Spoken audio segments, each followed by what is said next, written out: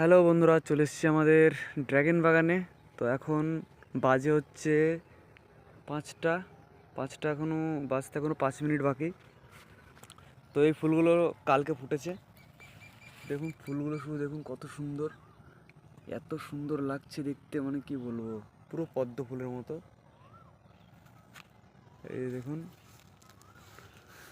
পুরো মাঠ পুরো একদম সাদা হয়ে আছে। এই যে দেখুন কত সুন্দর লাগছে, দেখুন প্রচুর পরিমাণে ফুল ফুটেছে, চারিদিকে ফুল।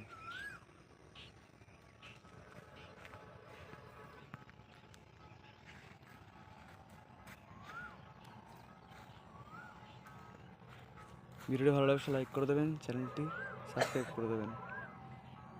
দেখুন।